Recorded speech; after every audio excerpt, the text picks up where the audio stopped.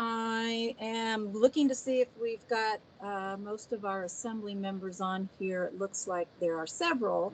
And I think we'll go ahead and get started and hope that if there are any that haven't joined us yet, that they will shortly. So I'm going to call this meeting to order. Today is December 1st, and this is a meeting of the Public Safety Committee.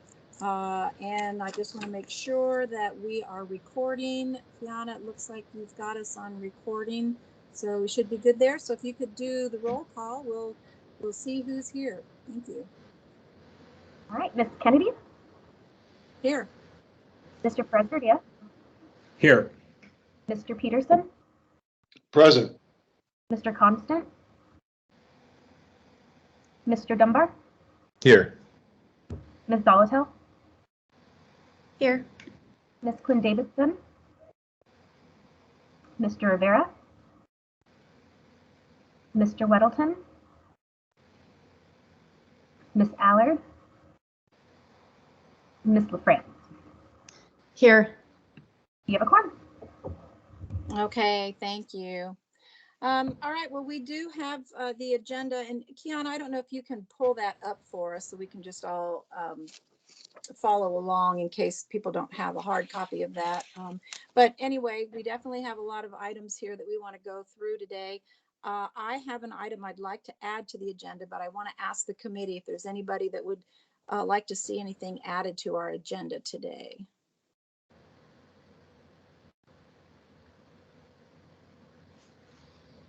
So hearing nothing on that, then let me go ahead and suggest that we add an item under new business, and we can certainly do more investigating in this, but just in light of some of the public response to a certain incident recently that involved an animal, I just had a couple of questions that I was hoping we could sort of begin the topic of talking about animal abuse reports and the municipal response to that, and potentially how we prosecute some of those incidents. So anyway, I will add that to the new business subsection B if there's no objection.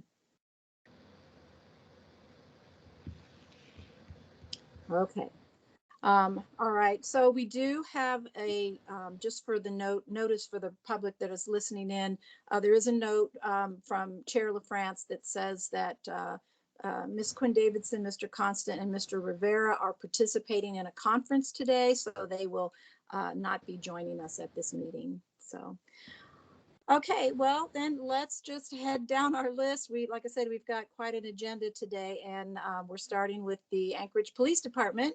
And I noticed that we have Chief McCoy with us. So I'm just going to turn this over to him at this point and let him take it away, because there's about 4 topics there.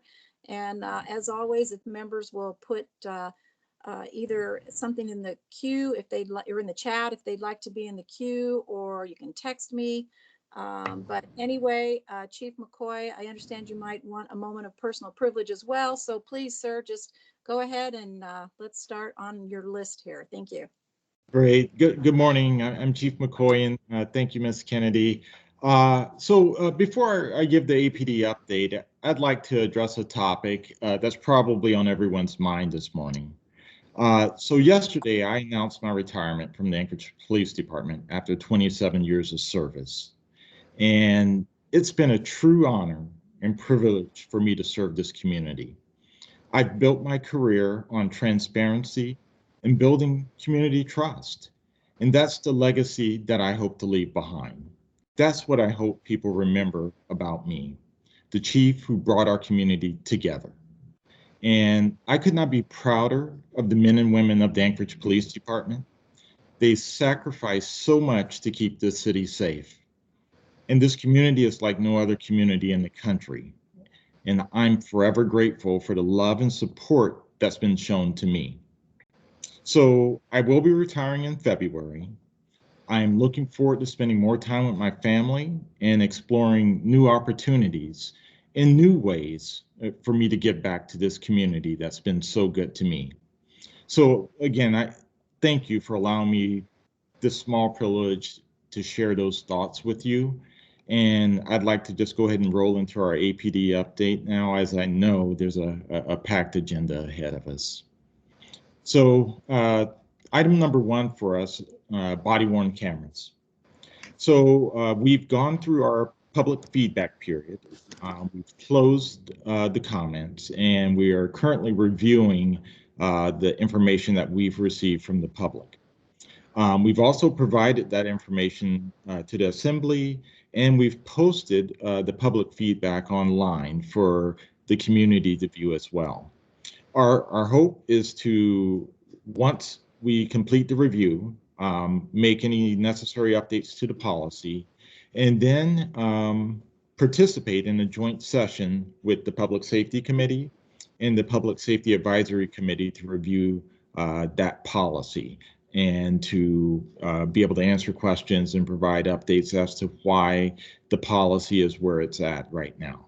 So I don't believe that date's been set yet. That's to be determined, but that's the next step for us, is to have that conversation and presentation with those two bodies to address the feedback and answer any questions about where we are with that. So I'll pause and see if there's any questions on body-worn cameras before I move on to our next item.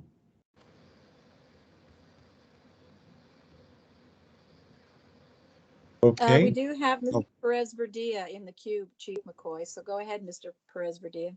Thank you. Actually, it's not a question, just a brief comment. Just wanted to say that I appreciate the chief mentioning the joint meeting, and I'll be working with both the Public Safety Committee and the Public Safety Commission and APD and Department of Law and others to plan that meeting. And the intention, as the chief said, is to have that be an opportunity for us to review all of the information, answer all of the questions, and provide an opportunity to provide feedback to the administration as they move forward to finalize the policy. So more to come on that, and I'll be working with the Public Safety Commission to find a date that fits all the parties involved. So keep your eyes open for that date in the near future. Thanks.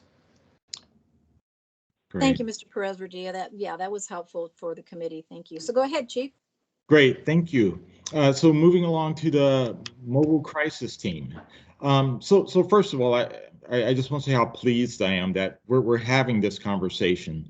When I started in the police department 27 years ago, we had a very different response to mental health crisis in our community. So to see where we are now, having this conversation, moving forward with many efforts in the community to have a better response, and our evaluation process that we're undergoing right now, looking at the Anchorage Police Department response, looking at the Anchorage Fire Department response, is only going to make our community better. And so first and foremost, I'm just pleased that we're able to have this conversation and that we have recognized the importance of addressing mental health in our community. And so as it stands right now, we are still working with the administration, with this body, and with many other stakeholders to figure out where our path forward is with the mobile crisis team, whether that's going to remain with the fire department or remain with the police department. So as I mentioned, those conversations are still ongoing, but what I'm confident in is that the municipality is going to provide the best possible service to our citizens who are in crisis. And I can speak for the Anchorage Police Department, and I know Chief Schrage will likely agree with this, that no matter which one of our departments provide this service, we're both committed to providing the best possible service that we can to our citizens. So those are ongoing conversations.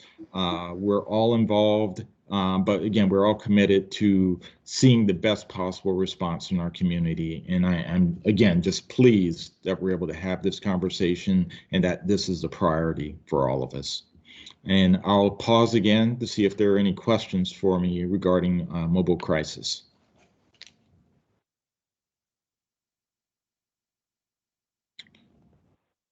I Okay. don't see anyone in the queue, and I'm not hearing anybody, so carry on. Thanks. Okay, thank you, Ms. Kennedy. So the next topic on the agenda for us are the school resource officers. And I think we're in a very similar situation with the school resource officers as we are with the mobile crisis team, where we're having conversations about the path forward.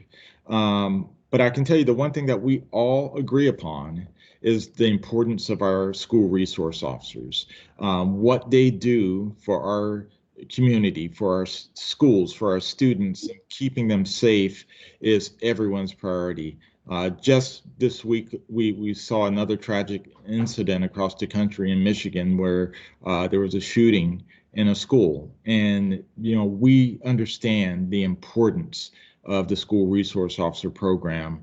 And I think everyone values it, and everyone's intent is to have this program continue. So again, my efforts have been with meeting with all of the various stakeholders from the administration, from the Anchorage School District, from the Anchorage School Board. I've talked to individual assembly members here. And I think without a doubt, we all know that this is a program that we will work together to figure out how it remains, because ultimately our goal is to ensure our kids are safe. So again, this is a continuing conversation. We are committed to the SRO program. I know the program is valued by the students, the teachers, the school administration. There's a path forward, and we just need to keep working towards it. So I will pause and take any questions you all may have. Thank you, Chief. I'll interrupt just for the purpose of stating on the record that we've been joined by Assemblymember John Weddleton, but I don't see anyone in the queue. But if anybody's more comfortable just chiming in right now, members can do that. Okay, don't hear anything or see anything, so go ahead, Chief. Okay, all right. And the final area that I'm going to like to touch on is the Sullivan Arena. And we all know that we have a new contractor right now. And as with anything new, there will be growing pains. And so the Anchorage Police Department is committed to supporting the new contractor's efforts through training and our abilities to support them with enforcement action when appropriate. And again, we understand that there's going to be a little bit of a learning curve, and there's going to be little bumps in the road until we get to the point where they're operating at maximum efficiency. And our role in law enforcement is with the police departments to support them as best we can to ensure that this service is available and operating appropriately within the community. And as I mentioned, we're assisting the contractor with training, and our CAP team is spending some time, looking at their operations and the facility to ensure that we are implementing the best measures to keep everyone safe in that environment. But again, as expected, we expected that we will be responding, assisting with minor violations of the law as we move forward. But again, we're very supportive, and we're committed to seeing this a successful effort. And I think it's just going to take a little time before everyone gets to that maximum efficiency in their operations. And so I again will take a pause and see if there are any questions for me. Thank you, Chief. We do have John Weddleton in the queue. It might be on the previous topic, the school resource officers, but I'll let him ask his question or make his comment. Go ahead, Mr. Weddleton. Well, thanks. Yeah, I do want to back up a bit to the SRO. So the deal there is, who pays and how much. And just wonder, how can we make the overall cost of that program cheaper? So currently, Mr. Weddleton, really what it comes down to is the number of officers that we have deployed with the program. We have a total of 15 officers and a supervisor assigned to the school resource officers. Our typical deployment is there's 2 officers assigned to each high school, and they're responsible for all of the feeder middle schools and elementary schools that fall underneath that high school's umbrella.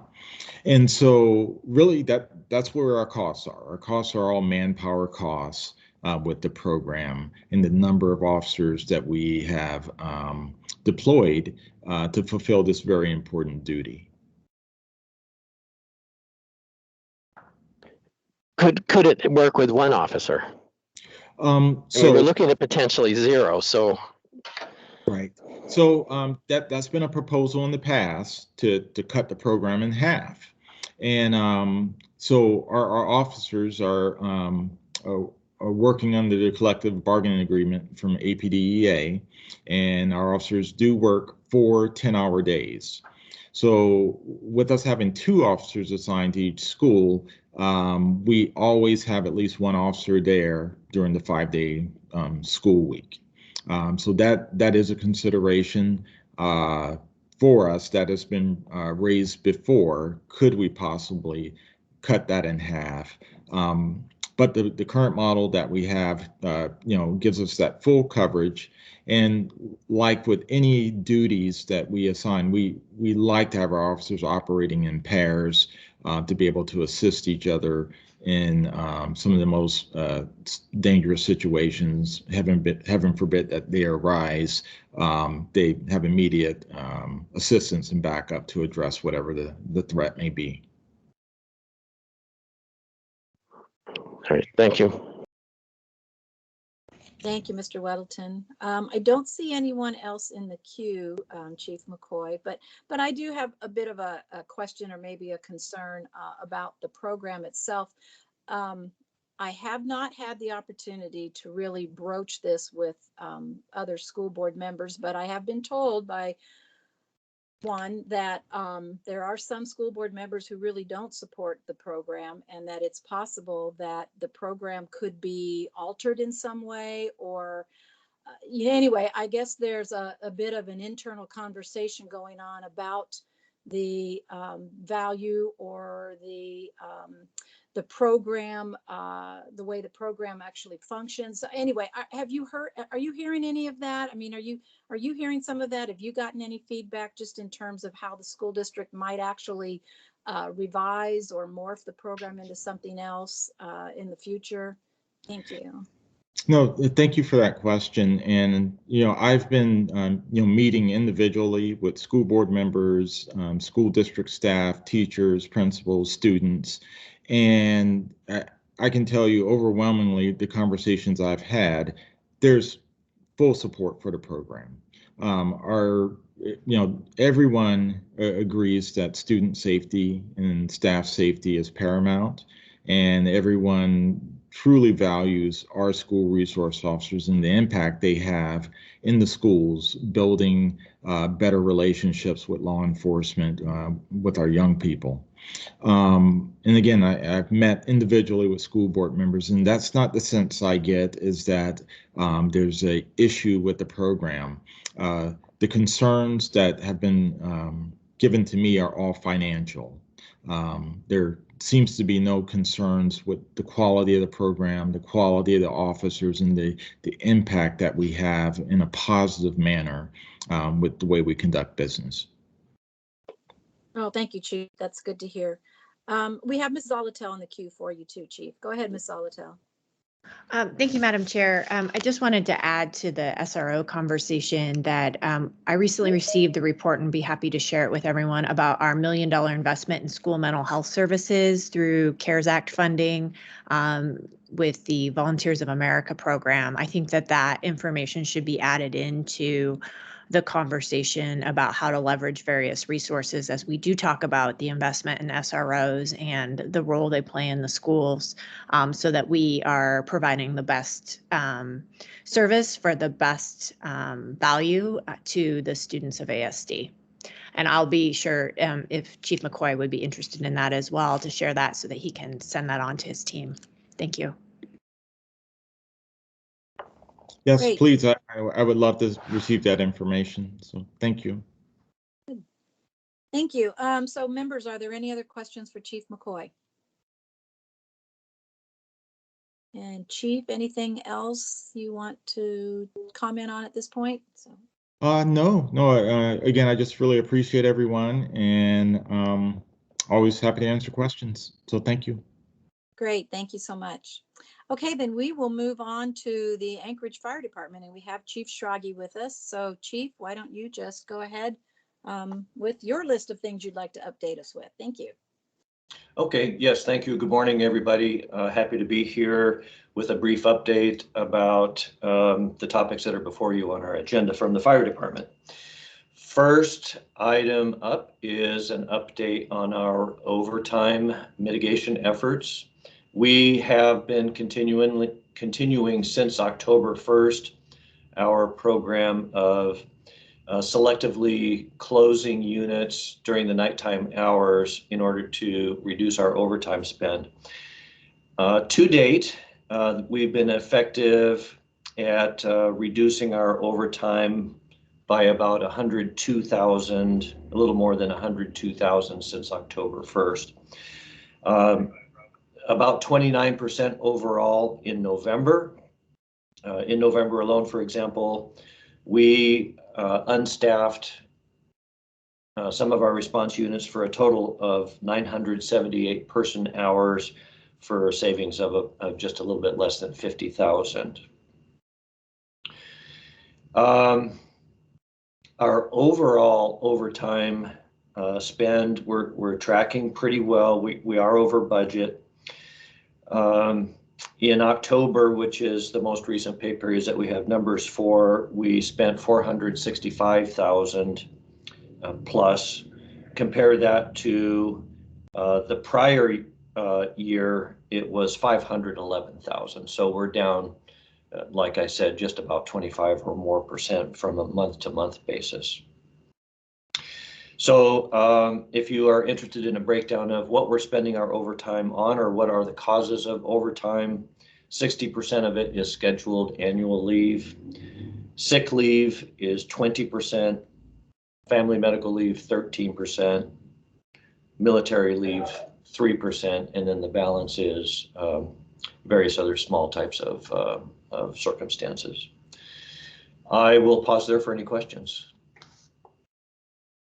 Thank you, Chief. I do want to state for the record that we have been joined with Assemblymember Jamie Allard, and I don't see anybody in the queue right now. So, oh, somebody just popped in here. It looks like we have Ms. LaFrance has a question for you. Go ahead, Ms. LaFrance. Thank you, Madam Chair, and thank you for the update, Chief Schrage. As you know, one of the concerns with the approach to managing overtime was a potential diminishing of response and service. And I was wondering, would you comment on the recent house fire in South Anchorage and how or if, I assume the overtime approach did not impact the response, but if you could just comment a little about that, I would appreciate it. Thank you so much. Thank you, Madam Chair. Thank you for the question, Assemblymember LaFrance, and through the chair. Yeah, so we had the fire up in Bear Valley up above the Station 10 on Rabbit Creek. A fire in Bear Valley is a challenge for us no matter what time of year or what the circumstances are, and the case was no different in this one. The first arriving officer on the engine from Station 10 declared a defensive operation, meaning that the fire was well enough involved that it prohibited us from making an interior attack into the building. So it was a fire that we would fight from the outside, with the purpose being to minimize damage and keep it from spreading to the neighboring fuels. So it was a tough firefight. Defensive fires typically use a lot more water than what we would use to do an interior attack. In this case, during the time of this fire, tender 9, which is the 3,000 gallon water tanker down at the de-armament station, was out of service in order to save on the overtime. We had 3 other water tenders, all 3,000 gallon tenders, respond to that fire. Tender 10 from Rabbit Creek, tender 8 from O'Malley, and tender 14 from the Campbell Airstrip Road Station.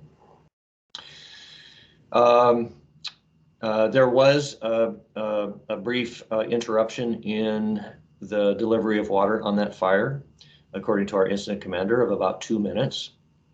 And that interruption was the result of having to change our tactics for providing water. We were switching from a nursing operation, which is something we might do for an interior attack, to a water shuttle operation.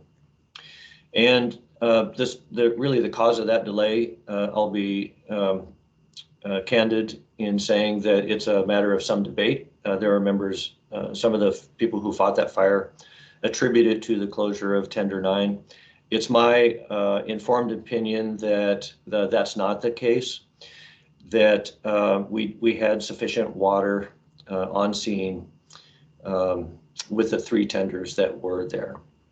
So, but it wouldn't be surprising for some of the firefighters who were there to say differently.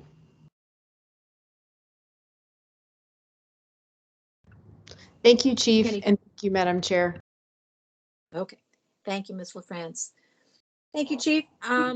Unless there are any other comments in regard to that particular topic, the overtime update, and then Ms. LaFrance's question, I mean, we can go ahead and move on. So why don't you go ahead and do that, Chief? Thank you. Okay, yes, very well, thank you. So item number 2 on our agenda is an update on our academy and recruiting. We conducted recruitment this fall and went through the selection process in October. And we extended conditional job offers to 30 new firefighter candidates. And all 30 of them have accepted the offers and are currently going through the background check and psychological testing and all of the prerequisites for a full and final offer.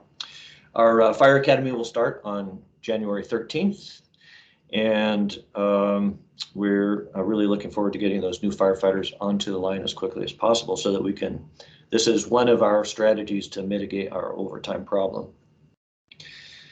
A little bit about the finalists. 6 of the 30, or 20%, identified as racial minorities. 21 of the 30, or 70%, have college degrees. 16 are EMTs, 3 are paramedics. Their ages range from 19 to older than 40. And the one metric that we're not proud of is there were no women that made it to the chief's interviews. So our recruiting committee will be looking at strategies for improving their success next year. And I'll pause there for any questions. Thank you, Chief. So I'm looking for questions. Well, I'll wait for a second while people may want to chime in on the chat to be in the queue, but I will ask you, so is that fairly typical, just the breakdown that you gave, particularly, you know, about 1/3 of them being college graduates and then such a high number of EMTs? Is that typical? The short answer is no. So for 2 reasons. In prior years, being an EMT was a prerequisite for applying for the job. We lifted that prerequisite in an effort, in part as part of an effort to increase the number of applicants. So we will instead train all of those applicants, or finalists rather, that aren't already EMT. We will train them in-house, and we can do that. So that part is quite different. In the past, we have focused more on hiring as many paramedics as possible. And in this case, we were able to hire 3, or 10%. The number of minorities and college graduates is higher than what we've seen in previous years, but the number of women is lower. In past, we've seen more women get through the process successfully. No, that's all very interesting. So I appreciate that. Thank you. Okay, I have Mr. Weddleton in the queue. He says at the end, so I'm thinking he's waiting for you to finish up, Chief Schrage, and then he probably has a question on a different topic. So, Mr. Weddleton, if that's correct, we'll move on. If it's not correct, and you want to ask a question right now, please jump in. Oh, sure.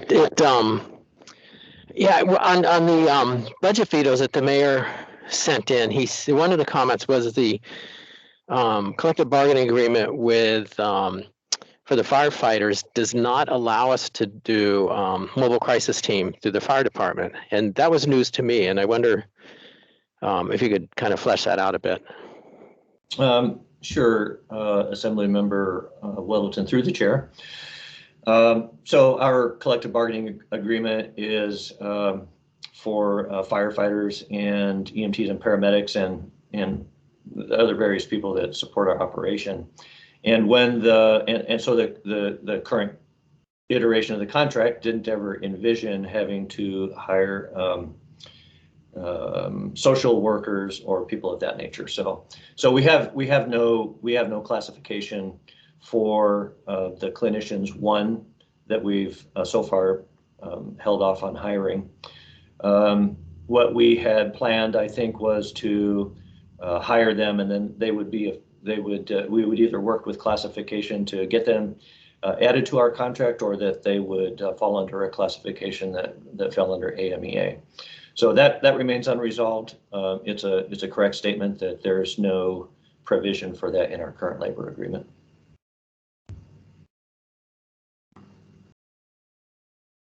Any follow-up on that, Mr. Weddleton? I appreciate you bringing Oh, that. yeah, we appreciate that. I mean, we've seen collective bargaining agreements adjusted kind of mid-contract, so it doesn't seem like that would be a deal killer, but it is important. So thank you. Yes, sir. Okay, thank you. And I see Mr. Gates put his hand up. So, Mr. Gates, did you have a question? Yes, thank you. I understood the response was that the current IAFF collective bargaining agreement doesn't contemplate some positions that are needed for the MCT. And if that's correct, though, I wonder, collective bargaining agreements can be amended at any time by the parties with minor amendments rather than a whole bargaining. So isn't that something that can be done in the process in terms of having MCT be operated by AFD? And is there some barrier to starting a negotiation about an amendment like that to include positions needed for the fire department? I mean, if maybe there's other barriers to the MCT being operated by AFD, but just not having a position in the CBA seems to me pretty an obstacle, but can be easily overcome. I mean, with a little time. Okay, and Chair Kennedy, was that question for me? I believe it was. I think Mr. Gates just wanted you to confirm that it wasn't a unmanageable obstacle. It was something that could be worked on. Okay, so yes, to Mr. Gates, through the chair, thank you for the question. It's true that we periodically have entered into administrative agreements that essentially amend the labor contract. There are no current, and we refer to these colloquially as side letters. There are no side letters on the current agreement because it's a brand new agreement. It's conceivable that one could be entered into. I can think of no specific barriers that would prevent that from happening. Thank you, Chief. Was there any? If I could ask, Go ahead. are there some other barriers other than, the positions and speed and the collective bargaining agreement? Are there other barriers to the MCT being operated by AFD? I mean, I guess that's the one issue mentioned. Was there a Medicaid billing issue as well? But I actually think that was Well, anyways, are there other barriers to this happening if the collective bargaining agreement could be amended? Mr. Gates, through the chair, there are other considerations in our labor contract that affect the cost of this program. And for example, under the current deployment of the MCT, we've not gone to 24-hour staffing. And so because we have 24-hour employees working a 40-hour week, our contract requires that we compensate them for the entirety of their 24 hours.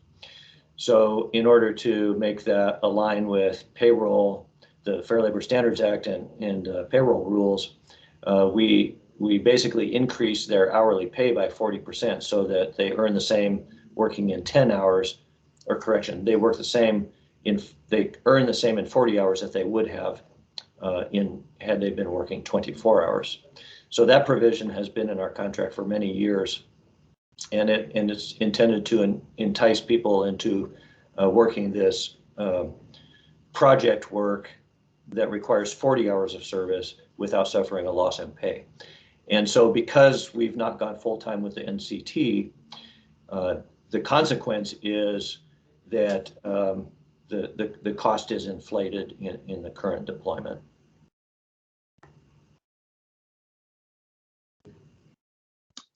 Oh, thank Thank you. you. That's a very good answer.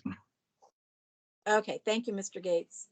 So, and actually, it looks like you have one more topic to cover on our agenda, Chief Schrage. So if you want to just update us about Fire Station 3, please go ahead with that. And of course, we'll still entertain whatever questions members have.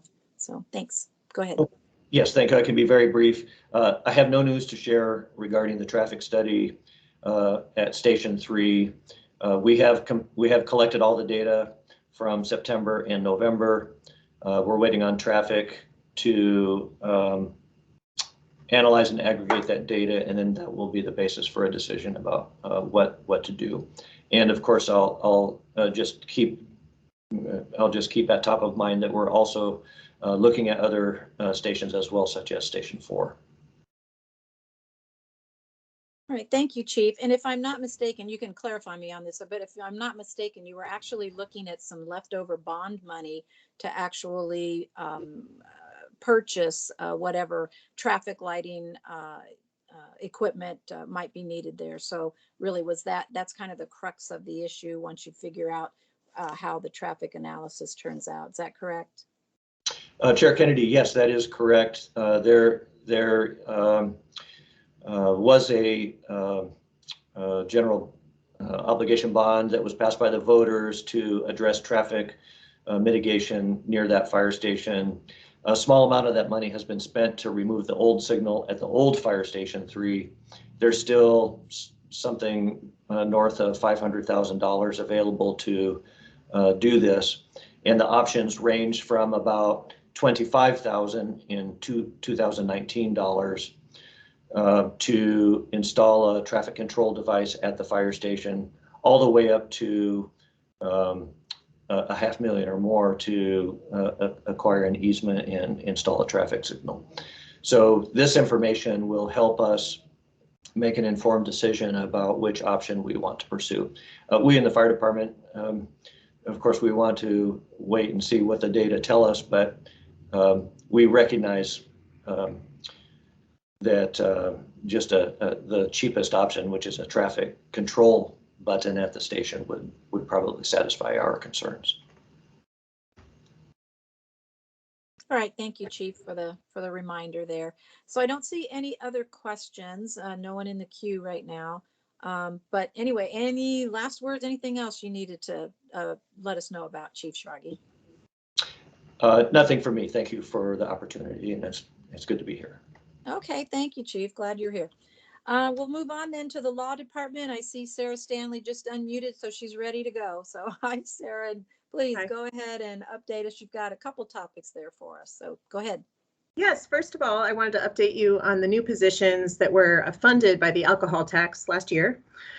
Thanks to that funding, we got a new DV attorney.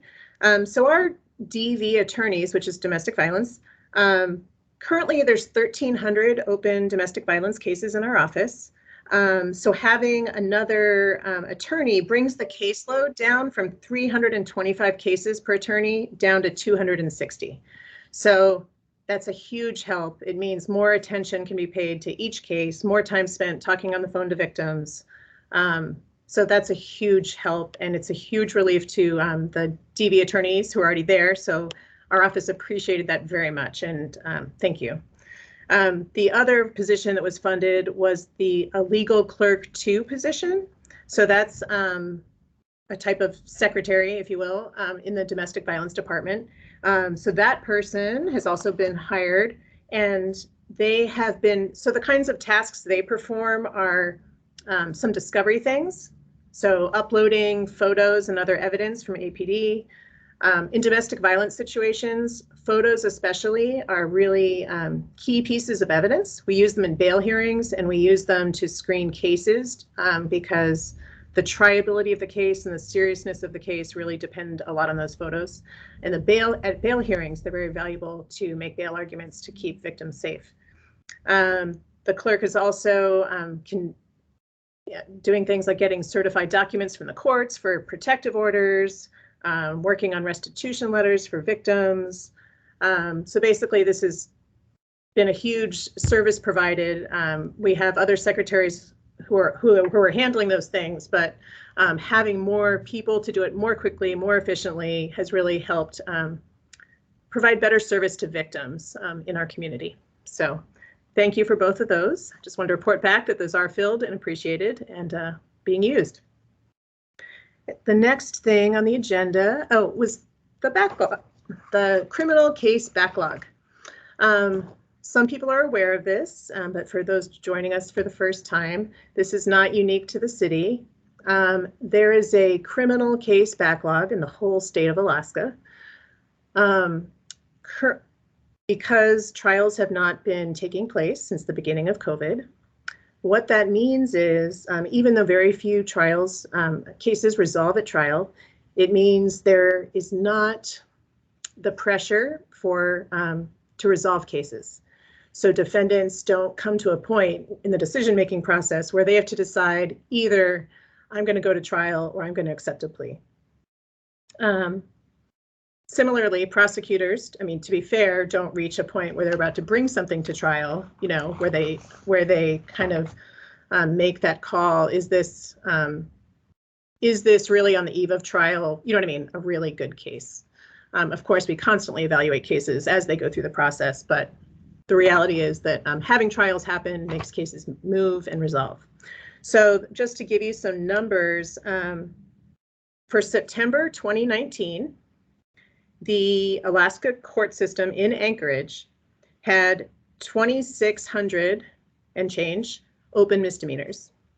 In 2021, and most of those are ours, a few are the states, but most misdemeanors are prosecuted by my office. In 2021, that number went up to 41 and change. So that's a 55% increase in open misdemeanor cases. So the impact of that is that all of our attorneys and staff are handling more open cases. It means that every court hearing has more people on the docket. It means the court system is handling more files, longer hours with the same amount of staff. It means that PED supervision, which is the pretrial enforcement division of DOC, it means they are overseeing more people on supervision before their case is resolved. It also means that defense attorneys have more trouble keeping in touch with their clients. It also means that from a prosecutor point of view, we have to, it makes it harder for us to keep in track with our victims and our other witnesses as time goes on. If a case is 3 years old, it's possible that witnesses might disappear. It's possible that police officers might retire. It makes it a lot harder to try that case. And I just did a quick run of the numbers, another aspect is just defendants, when they don't resolve their cases, they sometimes then commit new crimes. And so people have multiple open cases. We have defendants now that might have 7 open cases that are all unresolved, and they're out on conditions on all of those. I ran a quick report in my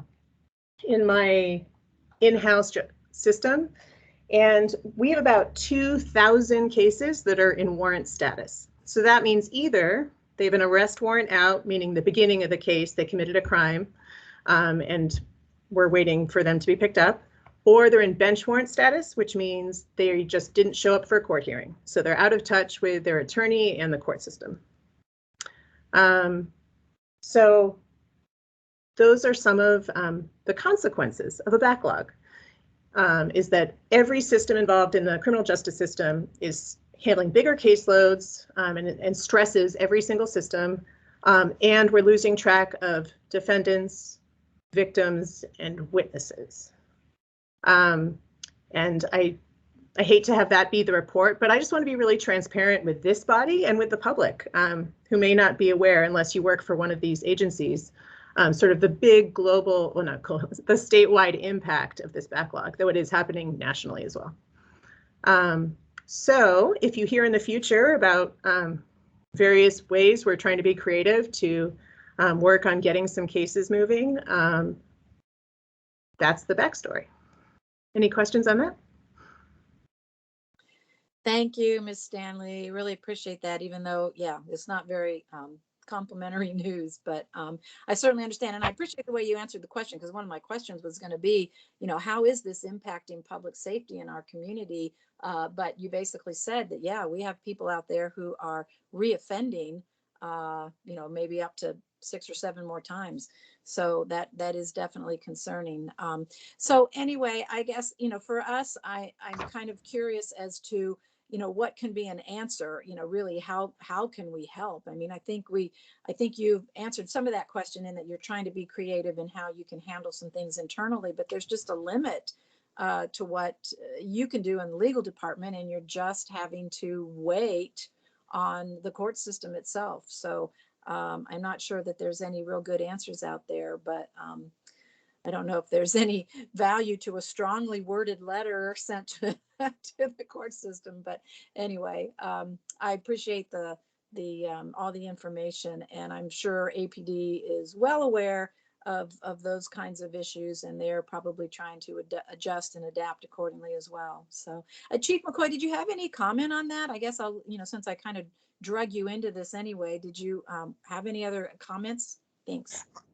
Oh, no, thank you for that. And Ms. Stanley, really put it all quite well. And it's an environment that we've been operating in for some time now, with backlogs, not only at the municipality, but the state.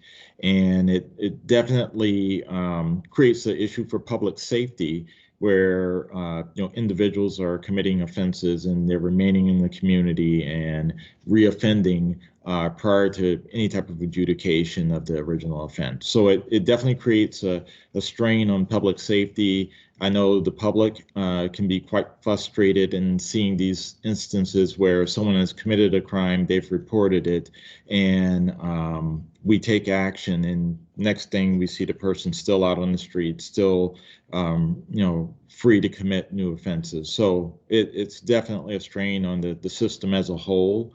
And we hope that it gets resolved at some point here in the near future. Yeah. Great. Well, thank you, Chief. Actually, Ms. Stanley, you're going to get the last word anyway, so please go ahead. I just wanted to clarify that the court system is doing a fabulous job trying to balance public safety with the really clear, obvious need to get trials going again. And they have received strongly worded letters, especially from the Public Defender Agency and many people. And they are really aware, but they have their own things they have to juggle, such as, bringing a jury in to sit in a small room, for weeks at a time in the middle of COVID. So they also want to, be responsible to public safety. So. Oh, I appreciate that. Thank you. Any other questions from the members for Ms. Stanley? I don't see anyone in the queue and doesn't appear anyone's chiming in. But anyway, anything else, Ms. Stanley? No, thank you. Okay, well, appreciate it. Thank you so much. All right, we would like to move on then to our new business and the downtown public safety and behavioral health topic. I know we have Amanda Moser on with us, and we've broached this topic a couple of times before. But Amanda, I just want to give you the floor and let you tell us what you would like us to know, and then I'm sure we'll have a good conversation. So please go ahead. Thank you so much. Thank you for this opportunity to have this conversation. And just through the chair, I'll kind of go back for folks who haven't been involved in the previous conversations to sort of get everybody on the same page about where we're at right now. So my name is Amanda Moser. I am the Executive Director of Anchorage Downtown Partnership. Anchorage Downtown Partnership is a nonprofit. We are tasked with the management of the Downtown Improvement District. The Downtown Improvement District is a special assessment district set up by municipal code. So commercial property owners in the Downtown Improvement District pay a special assessment to fund our organization, and we provide clean, safe, and vital services. We have been in operation since 1997. And so part of that clean, safe, and vital work is that we have ambassadors who are out and active in the Downtown Improvement District. And just to familiarize everyone with what I'm talking about with the Downtown Improvement District, it's 1st Avenue to 9th Avenue, Gamble Street to Coastal Place. Coastal Place is a block past L. So our team is responsible for that space. You will see us out there today. We have been working since 3 a.m. to clear all of the snow that fell yesterday. We will be working long hours to make sure that the sidewalks are navigatable, and and we also are part of SAFE. And so how do we keep our downtown safe? And prior, we used to use a patrol system. We would patrol the 120 blocks of this Downtown Improvement District. We were strong eyes and ears in that space. We would work really closely with APD and keep them in the loop on things that we were seeing. We also work really closely with Covenant House and fire department and other social service providers that are in the space, and sort of keep everybody in the loop on what we're seeing. In 2016, Anchorage Downtown Partnership and ACDA, both of them, these organizations were under prior leadership, formed this collaboration called Safety First. Safety First was a phone number that people could call and report incidences, and they would call the number that was dispatched by ACDA, and then ADP ambassadors were responding. Our early advertisements and marketing for this program would have folks report disorderly or suspicious behavior, panhandling, nuisance behavior, public drinking, inebriates, suspicion of drug dealing or drug use, graffiti, removing trash, sidewalk cleaning, or other cleanup calls. A handful of those elements are, petty crimes, minor infractions, sort of work for the Anchorage Police Department. And some of those elements are also, like work for the safety patrol. And it kind of was like a place where we were maybe stepping outside of what our lane was. But it was a really successful program, and it was really great public relations because we were able to communicate to folks downtown, hey, call this number and we'll respond. And we responded. And, a lot of this stuff is sort of the minor infractions and the petty crimes and the elements that when you call 911, they dispatch based on severity. And so these things wouldn't get like if there was more pressing things happening, those would get responded to first. And so it kind of became this sort of narrative in downtown of like, oh yeah, Safety First responds, in like 15 minutes. And sometimes the police department is not able to because of the way they have to dispatch their calls. And so sort of we became a victim of our own success, because as we were responding, quickly to these calls that were a little bit sort of beyond our scope and our ability, we were doing it. We were there quickly and helpful, and we just began to see an increase of calls. And it really began to come to head during the summer of 2020. And the summer of 2020, I mean, everything, downtown was empty, vacant, as people were working from home, and we didn't have guests and travelers.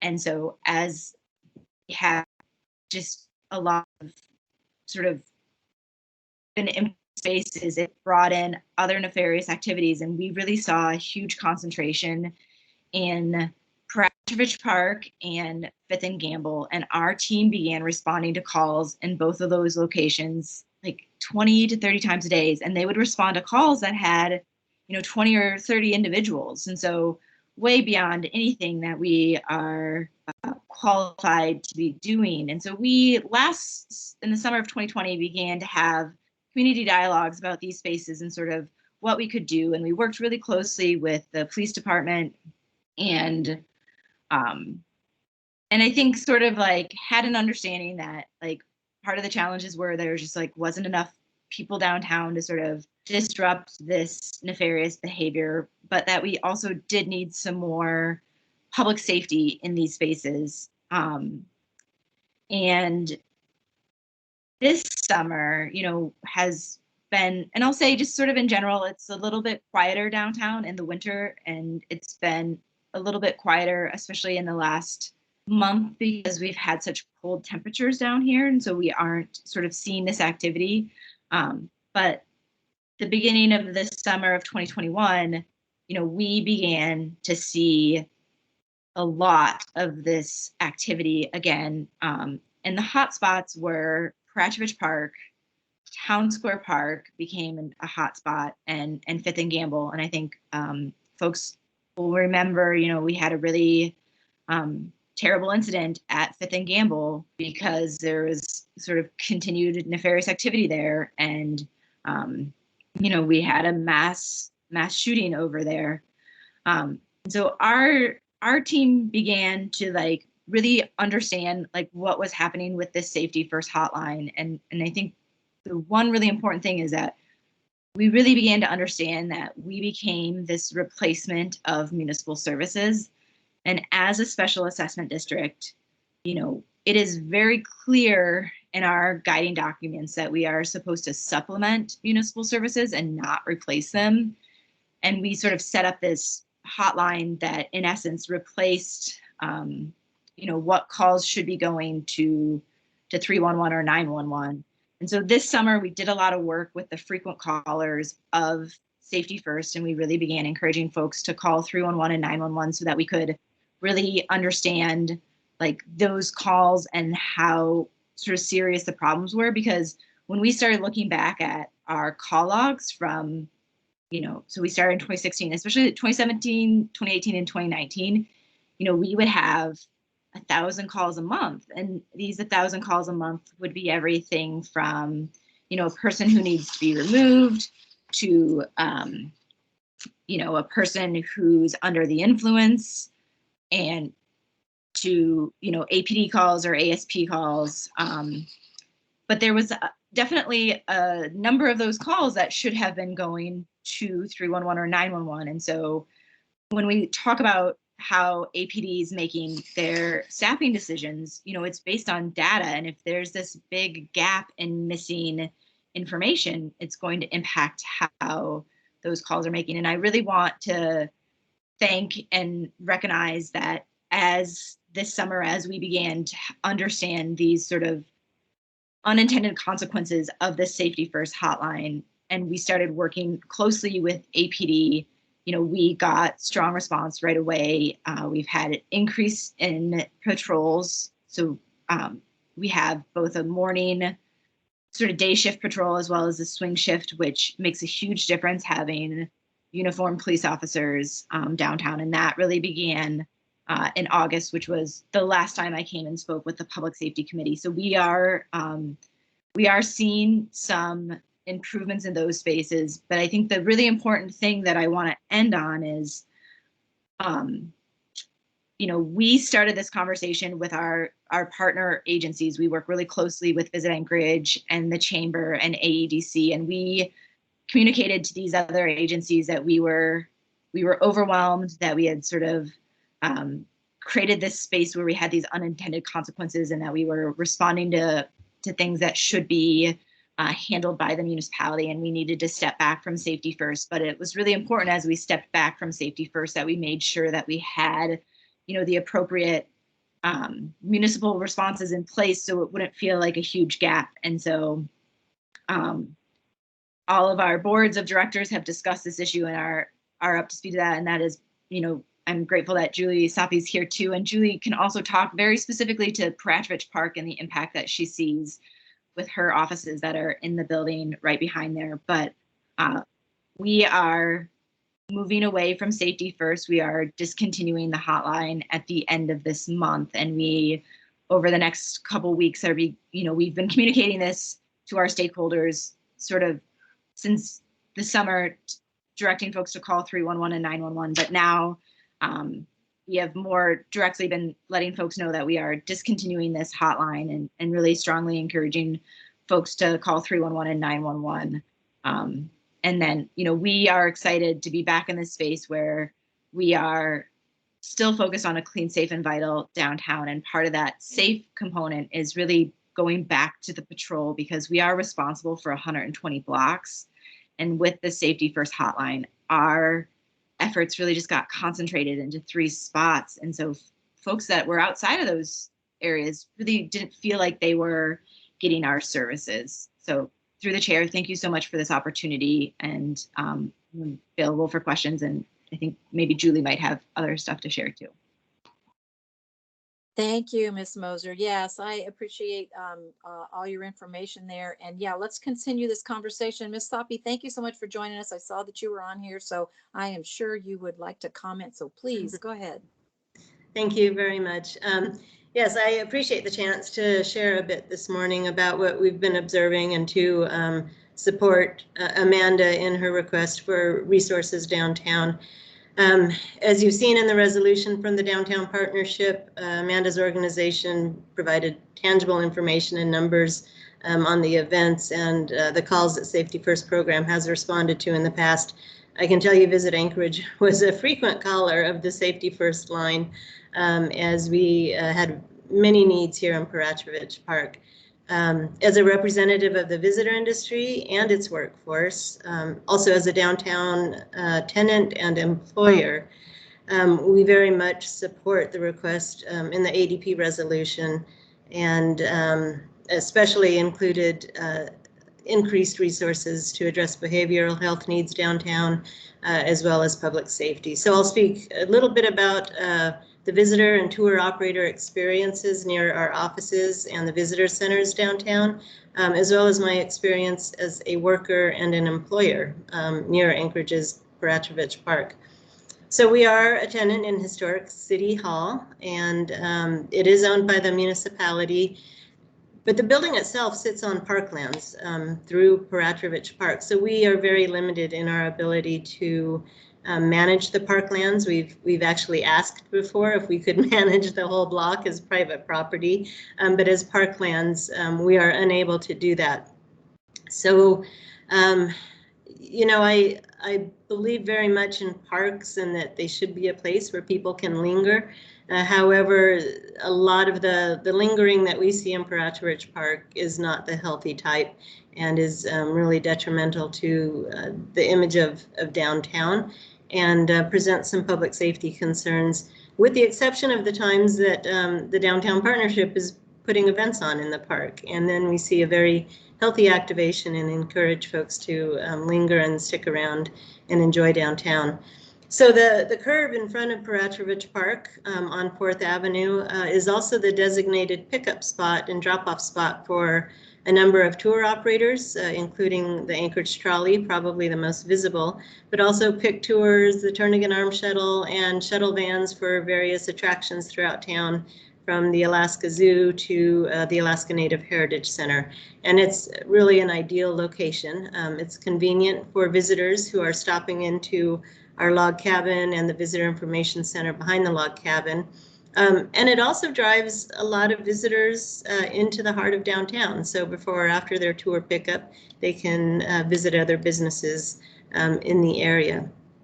However, this summer it invited clashes between those who use the park as their home base for, I'll use Amanda's word, nefarious activities, and our visitors who are getting on and off some of those shuttle activities. Visitors were panhandled and harassed. Shuttle and tour operator employees who work on the curb were harassed and in a couple of cases actually assaulted. As an employer, Visit Anchorage's employees and our crew of dedicated volunteers regularly experience the same harassment, verbal abuse, and almost daily we observe individuals outside our office in the park who will be yelling, being aggressive on the sidewalk, on the benches, and on the lawn surrounding our building. So as an employer, I have an obligation to provide a safe work environment to my employees, and I don't feel that I've met that obligation over the past couple of years. Business and property owners, as Amanda mentioned, already financially underwrite cleanliness and public safety downtown through the assessment and their supports for some of the events that the Anchorage Downtown Partnership puts on. And as our front porch for residents and visitors and for economic development, I think additional resources are justified to properly address the situation. I obviously don't know what the answer is, but I recognize there needs to be multiple answers to address this problem. I've been very encouraged by the efforts of both the Assembly and the administration to develop a comprehensive strategy and plan to address both homelessness and behavioral health needs citywide. So thank you for that work. I'm hopeful that that progress will continue. Over the years, I've observed the differences that foot patrols make as their frequency of use kind of ebbs and flows from year to year and season to season. But I very much agree with Amanda that those are very effective in curbing some of the activities that we want to curb. I know these ideas are already out there and being pursued. My testimony today is in support of these efforts. It's important and the need is real, and the need will increase with the dissolution of the Safety First program later this month. And since I'm often asked, I will share that as of yet, I don't believe the issue broadly affects traveler perception of our destination prior to travel. But failing to address the problem is really a concern and could potentially have future effects on how our community is perceived as people travel. Finally, today, I was asked to talk about the challenges we face downtown, specifically in and around Peratrovich Park. But such focused discussions also make the problem seem oversized because we don't take time to talk about all the great things that downtown offers. And there are many great things downtown offers. But there is a great concern about perception and the reality of public safety right now. So thank you for your efforts, your time, and your work, and for the opportunity to speak today. And I'm happy to answer any questions that you may have. But thank you for your work. Well, thank you, Ms. Soppe. Thank you both to you and Ms. Moser. And I do have a question for you in the queue from Ms. Zolotel. So go ahead, Ms. Zolotel. Thank you, Madam Chair.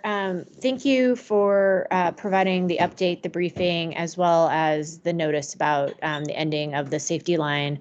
I know that the municipality is trying to tackle some of these core issues that drive some of these behaviors, the behavioral health challenges. But as we all know, we have limited resources in which to do that. So my question is, while I appreciate you being here and asking us for help, who else are you asking for help as well, so that we can be working as a team and leveraging our resources, perhaps at the state level or other entities? Thanks. I'm happy to respond to that.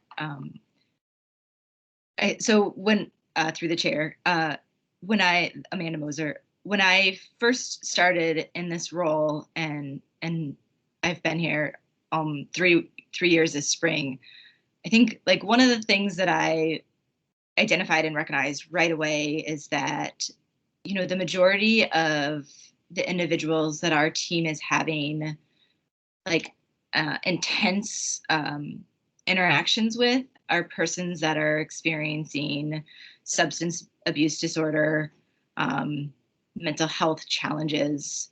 And so, you know, we have had a handful of conversations with the Mental Health Trust because it really does seem like a lot of these individuals that we are having sort of continued interactions with are trust beneficiaries. And I think that as we talk about sort of who also should be involved in these conversations, I think that definitely we want to make sure we have the Mental Health Trust in that space. Thanks. Thank you. Is there any follow-up, Ms. Solotel?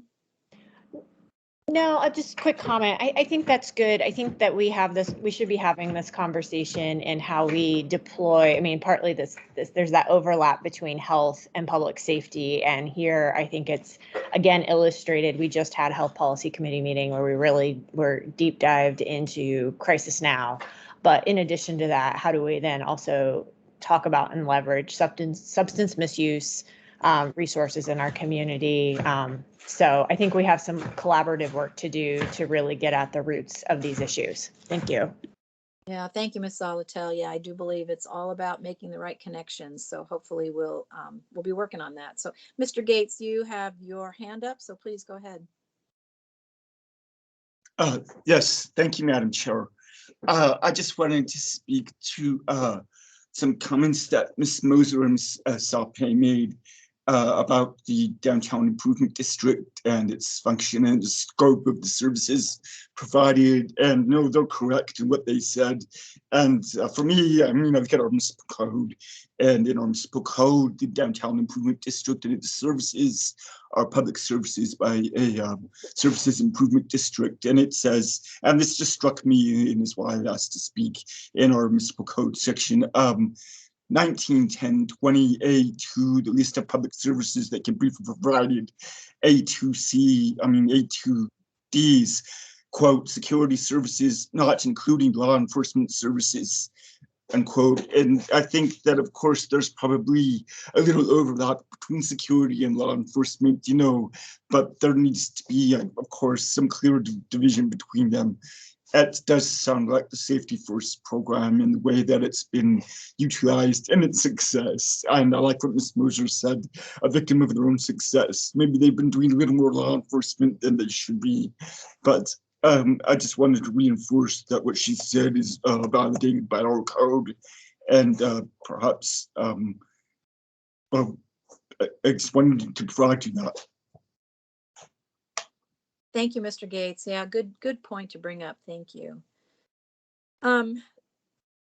So I don't see any other questions in the queue or anyone else trying to chime in on this. But, you know, I will say that Ms. Moser, I think you brought up a very important point in all of this that I think is something to remember for the entire community, really. And that is, if you have something to report, call 911 or 31 to report it.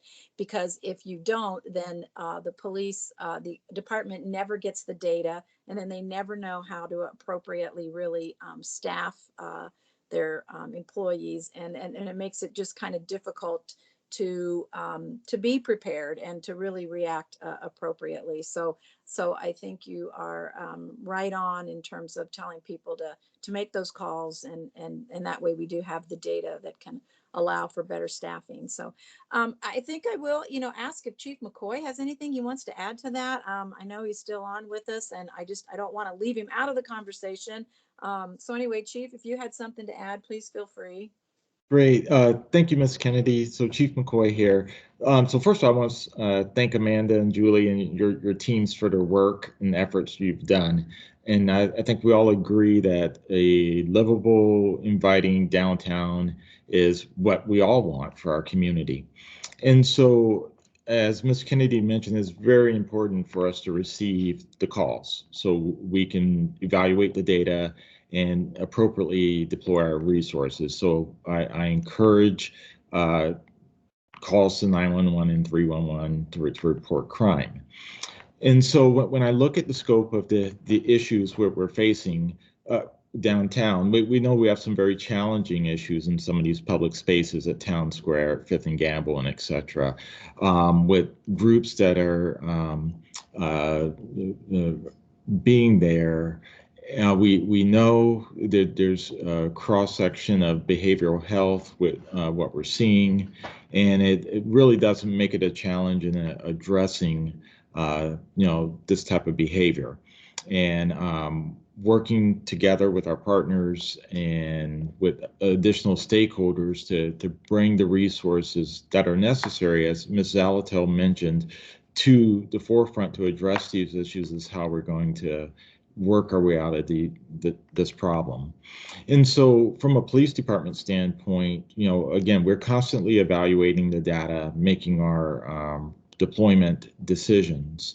And when it comes to downtown, we, in addition to our patrols that we assigned daily to downtown, we've added so many additional efforts to ensure downtown is that inviting place. And some of those additional resources that we've committed are foot patrol officers. And we know the impact that those officers have being assigned on a daily basis downtown. We've also assigned an officer full-time to our headquarters front counter. That is something the department had never had before until we moved back downtown, is having an officer available to assist the public right there at the front counter when they walk through the door.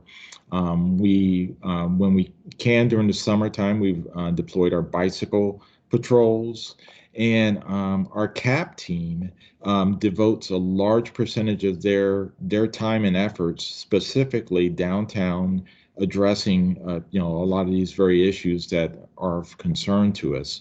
And it's a challenge. They cannot solve these problems alone. They definitely keep up the efforts, but it's really going to take a collaborative approach for us to have some real impacts in these areas. And I just encourage us to continue the conversations, continue looking at ways to partner to address the issues. And I think the biggest issue we're facing is behavioral health. And so that circles back to our conversations on Crisis Now and the mobile crisis team, et cetera, that those are very important resources that we need in this community to address the issues we're facing. So again, that's all I have. We will continue to evaluate. We will continue to work together to do everything we can to make the situation better. Thank you. Thank you, Chief. I appreciate that. And yeah, Ms. Moser, Ms. Sapi, I'll give you guys the last word. So please go ahead. I just want to once again thank Chief McCoy and the Anchorage Police Department. Like, we have been talking about this for months, and they've been sort of right alongside me as I've gone through this understanding of the sort of unintended consequences of the Safety First hotline. And sort of as I've begun having these communications, like, they've stepped in right away with these, as Chief McCoy just mentioned, these additional police resources downtown, and it has made a difference. And so I want to thank that. And I think, sort of to come back to Assemblymember Zalatel's point, this isn't just a public safety issue. It is also a public health issue, and all of these things are combined. And so it isn't just Anchorage Downtown Partnership and the Anchorage Police Department. There are so many other agencies and collaborators and partners that should be involved in these conversations, because it's these layered and complex issues that are creating this element that makes it feel like an unsafe downtown. And so it's not specifically just like that a crime is happening and people feel unsafe. Sometimes you feel unsafe because someone is having a mental health break in the middle of Town Square Park, and you don't want to pass through there because they're having this, you don't understand, or like they're, screaming and yelling. And so, as we continue to have these conversations, like there's definitely a space where we need to have more of our partners at the table, because it isn't just public safety, it's also public health and all these other elements. So thank you so much for the opportunity to be here. And once again, I am so grateful for the police department and all the work that they've done as we've begun to move forward with this. And thanks for the opportunity to chat with y'all. Yeah, and I can't add anything to what Amanda just said, and I do appreciate Chief McCoy and the added, we really can tell a difference when we've got the foot patrols out, and I'd forgotten about the bicycle patrols over the summer, but not only are they effective, but there's something about the bicycle patrols visitors love to see the cops on bikes. So, but thank you for your attention to this issue, for including us on your agenda today. And as Amanda said, there's many discussions yet to be had. There's not one solution, but we appreciate your attention. Great. Well, thank you. And we appreciate both of you just bringing this to us and keeping us updated. And, we are definitely interested in how this really comes together a little bit better. It does sound like there's a lot more connections being made, and I'm sure things will come full circle here soon. So we're just glad, to help in any way that we can to try to make sure that the connection, like I said, the connections are being made and the resources are being provided. I think you're absolutely correct in terms of the kind of impressions that we leave with tourists are important. I mean, it may not ruin somebody's vacation, but we don't want that to be the thing that they remember when they leave. So thank you. So, and thanks, Chief McCoy. I appreciate you being there to chime in as well. If there's no objection, then I'll move on to the last item that we put on the agenda at the beginning of the meeting. And that was just a very brief conversation. And really, I know we can talk about this more later, or we can even decide whether or not this is appropriate for this committee to even look at. But this idea about animal abuse and how reports are made, and how either animal control or APD responds, and whether that leads to any kind of actual litigation and prosecution. And anyway, so I'm just kind of throwing it out there to just kind of start a conversation because we have had an incident with a cat that is just incredibly unfortunate and actually kind of horrible if you really do look at the details of it. And so my question is in regard to how do we actually respond to reports of animals being abused? To what extent can somebody be prosecuted? At what extent is it a municipal issue and maybe a state issue? So anyway, I don't know if you want to kick that off, Chief McCoy. I don't have anybody from animal control that I know of here, but can you speak a little bit to who typically responds to a report of an animal being abused? And then I think we've got Ms. Stanley here that could probably help us too with the prosecution part. So thanks. Yes, so thank you for the question, Ms. Kennedy. And I'll start off by saying I'm not familiar with the incident that you're referring to, so I don't have any background or insight into what occurred with that. But in general terms, reports can come into the police department or directly to animal control, reports of animal cruelty. And oftentimes, those investigations are worked jointly between us and animal control. And so, for instance, an officer may be called to a situation of animal cruelty, and they start conducting the investigation, and they may need some more expertise to really understand the complexities of what occurred. And we make those calls to animal control, and they respond, and we work jointly to with that investigation. And if charges are warranted, then we would initiate those. On the other hand, calls may come into animal control where they initiate an investigation, and they determine that a crime has been committed, they will then notify us for assistance, and an officer will respond, and they will work in tandem to complete the investigation. The officer will then file the appropriate charges and submit that to the municipal prosecutor's office. So again, in general, that's how we handle those. The calls can come into either us or animal control, and we typically work those in tandem to ensure all the elements of the crime are met and we're able to get the appropriate charges filed. Thank you, Chief. That's helpful. And yeah, I actually have Miss Allard in the queue on this, so I'll let her go ahead, and then we'll get to you too, Miss Stanley. Thanks. Go ahead, Miss Allard. Thank you, Miss Kennedy. Chief, first I want to say it's been an honor, a privilege, and I've been so proud to work with you. So congratulations, and I just know greater opportunities. I mean, you got to take them when they come. All that aside, because I'm going to get emotional with you, because you've just been a rock star in our community. But I wanted to say that we met, Miss Kennedy and I, yesterday with some advocates for animal abuse.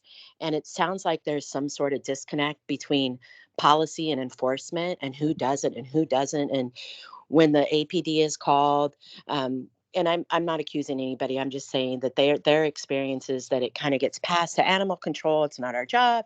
Animal control goes, it's not our job. Troopers, same thing. So I'm wondering, is there some sort of policy that you could forward to myself and Ms. Kennedy so that we could review it? I have a stack of other things. Just want to try to fix what's going on. There was one animal that was stabbed like 26 times. There was a cat set on fire. Like, stuff is bad. And I just want to address this within our community. And I'm hoping I can get that policy so that we can say, okay, this is what's supposed to be happening. Where is the disconnect, and how we can continue to move in a positive direction of enforcing those policies. Absolutely, Ms. Allard. We will pull that policy, and I believe it's online, but I will double check that. And I can tell you that these situations come up every few years for us. Many of you are, gosh, I remember 2 or 3 years ago, many of you may have sent me emails directly regarding some dogs that were being kept inside of a vehicle on an Anchorage street. And it was a really long process for us to be able to investigate that jointly with animal control, and to the point where we were able to really make an enforcement impact there. So this is an area that, yes, that seems to cause great confusion, and it's an area that we probably need to really tighten up and get a better understanding of whose responsibility these types of investigations fall to. Thank you, Chief. And thank you, Miss Allard. I think we're going to have more conversations about this. But anyway, not to take us too long past our ending time here, but Miss Stanley, I would really be interested in, kind of your take on what we're prosecuting from an animal cruelty perspective in the municipality. What can you tell us about in that regard? Thanks. Sure. So the city has 2 pieces of code that enforce animal cruelty and neglect, 85510 and 85515.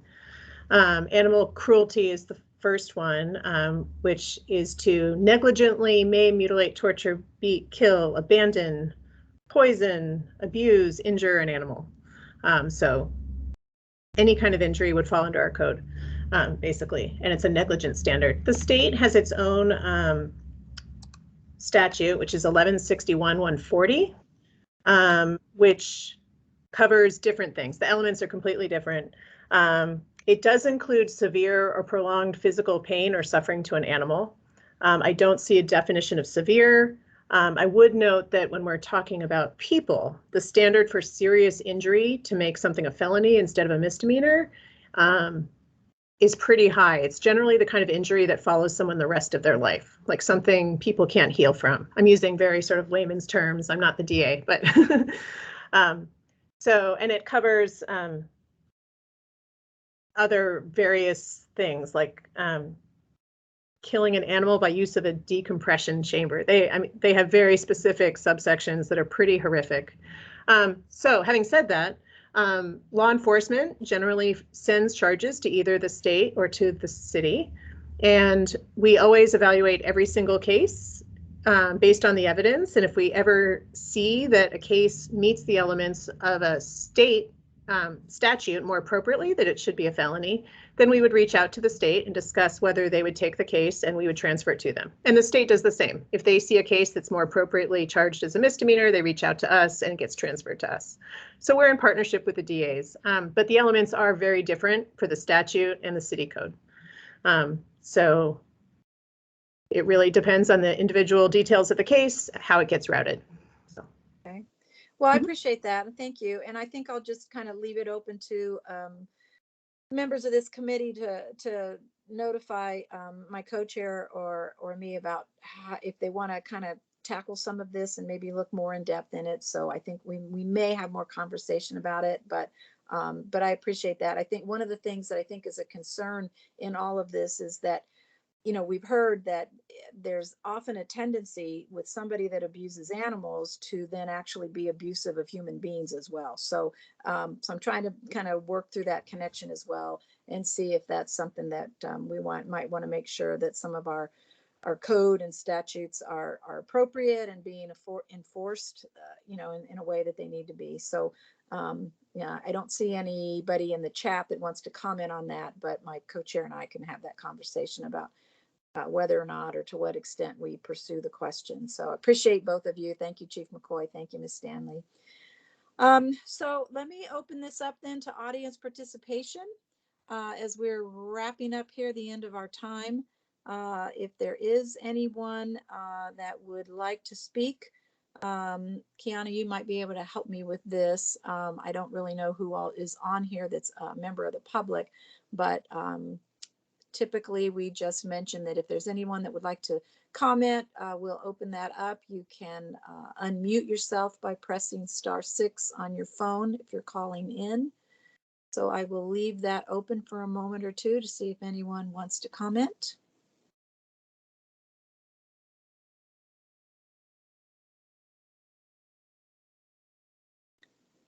I'm not seeing any hands go up or anyone chiming in, so I will assume that no one is interested in any kind of audience participation at this point. So that's fine, and that works. And I'll just give one last call, I guess, to the members if there's any questions or comments.